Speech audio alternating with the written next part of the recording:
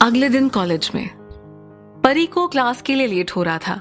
वो जल्दीबाजी पे जा रही होती है, तभी किसी से टकरा जाती है और उसका बैग गिर जाता है और उसकी बुक्स पे बिखर जाती हैं। आंखें बंद करके चल रहे थे क्या? दिखाई नहीं देता? एक तो ऑलरेडी लेट हो गया, उस पर से उफ। परी बुक उठाते हुए बोलती है, हाँ तो कॉलेज टाइम से आया करो ना और देख के चला करो। एक तो कॉलेज लेट आई हो, उस पर से चल तो ऐसे रही थी जैसे पार्क में टहल रही हो, और तुम्हारी वजह से मेरी सारी फाइल्स गिर गईं।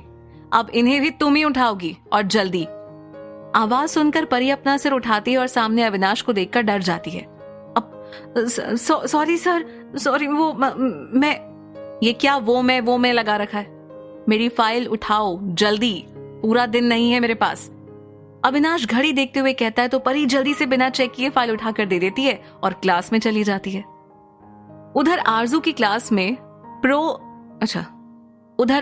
क्लास में प्रोफेसर मीरा कुछ सीनियर्स के साथ आती हैं और बताती हैं, स्टूडेंट्स 10 दिन बाद आपका फ्रेशर्स डे होगा, तो जो भी पार्टिसिपेट करना चाहते हैं वो अपना जो नाम है वो सीनियर्स को बता दे। सारे स्टूडेंट्स अपना अपना नाम देते हैं। अजय डांस में और आरजू सॉन्ग में पार्टिसिपेट करती है। अविनाश स्टाफ रूम में आता है और फाइलें चेक करता है, मगर फाइल देखकर चौंक जाता है। वो सारी फाइल दोबारा चेक करता है तो वो रियलाइज करता है कि गलती से परी की फाइल उसके पास चली गई है। वो गुस्से में अपने सर पर हाथ घुमाता है, मगर जब वापस उस फाइल को देखता है तो मुस्कुराने लगता है। उसमें परी के स्केचेस थे। दूसरी तरफ परी भी अपनी फाइल खोलती है, मगर वहां शायरी लिखी देखकर वो चौंक जाती है और रियलाइज करती है कि वो अविनाश की फाइल ले आई और वो क्लास के बाद फाइल लौटाने का सोचती है, मगर शायरी देखकर रुक जाती है और पढ़ने लगती है। कल शब बड़ी देर तक निकला रहा चांद, चांदनी पिरोती ओस गिरती रही, रात घिरती रही। कल शब तुम्हारी अलसाई बाहों में आने को मचलता रहा चांद, बेदम ठंडी सांसों को गर्म करता रहा वो चांद। कल शब तेरी यादों में बेहद उदास रहा चांद, सिमटे थे तुम्हारी याद में राह तकता रहा चांद। शायरी पढ़कर परी भी मुस्कुराने लगी। लाइब्रेरी में आरव और रेहान बैठकर कुछ डिस्कस कर रहे होते हैं कि तभी कुछ शोर सुनकर बाहर आते हैं और देखते हैं कि कुछ लड़के एक लड़की को परेशान कर रहे हैं। क्या हो रहा है यहाँ? क्या कर रहे हो तुम लोग? आरव और रेहान को वहां देखकर वो लड़के भाग जाते हैं वहां से। आखिर स्टूडेंट्स यूनियन के हेड से कॉलेज में थोड़ी ही कोई पंगा लेगा। और उन लड़कों के जाने के बाद दोनों उस लड़की के पास जाते हैं। आप ठीक तो है ना? आरव ने पूछा। उस वक्त तक तो वो उस लड़की के पीछे थे। जब लड़की ने कोई रिस्पॉन्स नहीं दिया तो वो उसके सामने चले गए। उस लड़की ने सफेद कुर्ता, हरा पटियाला और हरे रंग का दुपट्टा लिया हुआ था। बालों की चोटी बनाई हुई थी और कानों में सिल्वर इयररिंग थे। उसने डर से अपनी आंखें बंद कर रखी थी और उसके गुलाबी होंठ थरथरा रहे थे और वो बिल्कुल किसी बच्चे की तरह मासूम लग रही थी। आरव ने जब उसे देखा तो बस देखता ही रह गया। रेहान ने उसको देखा तो उसके कंधे पर हाथ रखते हुए पूछा, आप ठीक तो है ना? रेहान के टच करते ही वो लड़की जोर से चिल्ला पड़ी। उसकी आवाज सुनकर आरव जैसे होश में आया। तभी परी भी किसी काम से जा रही थी और उनको देखकर वहां आ गई। फिर उन तीनों ने मिलकर उसे संभाला और उससे उसके बारे में पूछा तो उसने बताया कि उसका नाम आरुषि है और वो उस कॉलेज में नहीं है। वो लड़के उसकी रैगिंग के बहाने उससे बदतमीजी कर रहे थे। ये सुनकर सब बहुत गुस्सा हो जाते हैं। उसे उन लड़कों के खिलाफ कंप्लेन करने के लिए कहते हैं, मगर वो मना कर देती है और वहां से चली जाती है। क्लास के बाद रेहान आरजू को ऑफिस की बात बताता है, जिसे सुनकर आरजू बहुत खुश हो जाती है और वो तीनों साथ में पार्टी करने के लिए रेस्टोरेंट जाते हैं। जिंदगी की यही रीत है, हार के बाद ही जीत है। थोड़े आंसू है, थोड़ी हंसी, आज गम है तो कल है खुशी। जिंदगी की यही रीत है, हार के बाद ही जीत है।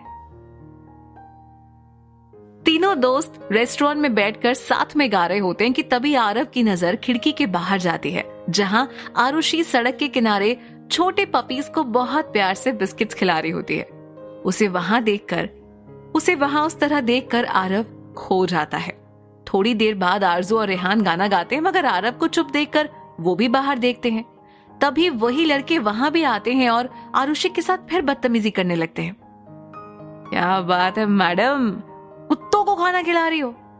हाय, काश को इतने प्यार से हमें खिला देता। अरे ये है ना, ये खिलाएंगे हमें भी। क्यों मैडम, खिलाएंगी ना? अरे भाई आराम से, भाई आराम से, इतने क्यों बेसब्र हो रहे हो? आज तो तुम सबको बहुत अच्छे से प्रसाद मिलेगा। आरव ने कहा, देख ये कॉलेज नहीं है जो तू बोले और हम रुक जाएं। तो बेटा तू यहां से निकल ले, वरना। उनमें से एक बोला, ओ धमकी, अच्छा मैं ना जाऊं तो? आरव ने भी अकड़ते हुए कहा, वैसे भी तेरे साथ काफी हिसाब पूरा करना है, तो तू हमसे अभी उलझ मत, हाँ, और सीधे सीधे यहां से निकल ले। दूसरे ने अपना मुंह खोला, ये सही है, एक काम करते हैं, आज सारा हिसाब पूरा कर लेते हैं। आरव भी आज पूरे मूड में था। इसी बीच आरजू आरुषि को लेकर वापस रेस्टोरेंट में चली गई और आराम से अपना कोल्ड ड्रिंक पीने लगी। रेहान ने आरुषि को भी कोल्ड ड्रिंक ऑफर किया। देख प्यार से समझा रहे तो समझ जा, वरना क्या? हाँ, ये बोलते हुए आरव उन पर टूट पड़ा और तबीयत से धोना शुरू किया। इधर रेस्टोरेंट में आरजू और रेहान आराम से कोल्ड ड्रिंक पीते हुए फाइट एंजॉय कर रहे, लेकिन आरुषि डर रही थी और उन्हें बार बार आरव को रोकने को बोलती, मगर उन्हें कोई फर्क ही नहीं पड़ रहा था। ये ब्लू टी शर्ट वाला 3 मिनट में गिरेगा। नहीं यार, बंदे की बॉडी अच्छी है, 5 तक जाएगा। लगी शर्त? ठीक है, मेरी 50 की। ये कालू कमीना दिखता है, पक्का ये चाकू निकालेगा। अरे नहीं यार, ये तो सबसे बड़ा फट्टू है, सबसे पहले भागेगा। मेरी 50 की। ये बाल की दुकान पक्का पीछे से मारेगा। और क्या सही पकड़ा यार आपने। और पूरे 5 मिनट बाद आरव वापस टेबल पर बैठा था। आप ठीक तो है ना? आपको लगी तो नहीं? क्या जरूरत है आपको उनसे लड़ने की? कुछ हो जाता तो? आरुषि परेशान होते हुए बोलती है, तुम्हें सच में फर्क पड़ता है? तो जब हमने सुबह तुमसे कंप्लेन करने को कहा था तो क्यों नहीं किया? जी वो मैं, देखो आरव सही कह रहा है, तुम्हें उनके खिलाफ कंप्लेन करनी चाहिए, वरना तो वो वापस तुम्हें परेशान करेंगे और शायद तब हम तुम्हारी मदद के लिए वहां पे ना हो। रेहान ने समझाते हुए कहा, मगर आरुषि वहां से उठकर चली जाती है। अजीब लड़की है, आरव उसे जाते हुए देखते हुए कहता है। और इधर रेहान और आरजू शर्त के पैसों के लिए लड़ने लगते हैं। थोड़ी देर मस्ती करने के बाद आरव और रेहान आरजू को घर ड्रॉप करके ऑफिस जाते हैं। वहां पे अजय पहले से बैठा रहता है। हेलो अजय, तुम इस वक्त यहाँ? हाँ, आज से ही ऑफिस ज्वाइन कर रहा है। कोई प्रॉब्लम है क्या तुम्हें? देवकी जी ने रेहान को घूरते हुए कहा। Welcome Ajay, all the best, Aarav ने जल्दी से कहा और बाहर चला गया। वेलकम अजय, तुम्हें यहां देखकर बहुत खुशी हुई, सच। अगर कोई जरूरत हो तो बताना, रेहान ने अजय को गले लगाकर कहा और जल्दी से अपने कैबिन में चला गया। दूसरी तरफ परी और अविनाश दोनों एक दूसरे का सोशल मीडिया अकाउंट चेक करते हैं। दोनों एक दूसरे को फ्रेंड रिक्वेस्ट भेजना चाहते हैं, मगर कुछ सोचकर रुक जाते हैं। फिर मुस्कुराकर फाइल पढ़ते हैं। अगले दिन, पापा मुझे आर्ट एंड क्राफ्ट सीखना है। ये क्या नया फितूर है तुम्हारे दिमाग में? हाँ पापा, वो मैं कॉलेज के बाद घर पे अकेले बहुत बोर हो जाती हूँ। और तुम्हारी पढ़ाई का क्या?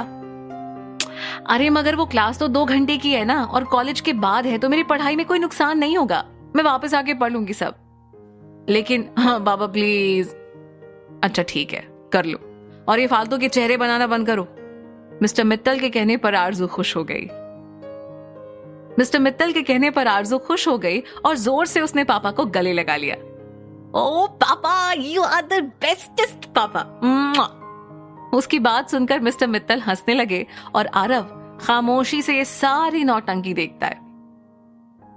कैंटीन में आरजू मासूम बच्चे की तरह मुंह बनाकर बैठी है। आरव और रेहान उसे भूखे शेरों की तरह घूर रहे हैं और परी उन्हें देखकर अपनी हंसी कंट्रोल करने की कोशिश कर रही है। पर मैं घर में अकेले बोर हो जाती हूँ। तो ऑफिस क्यों नहीं आ जाती?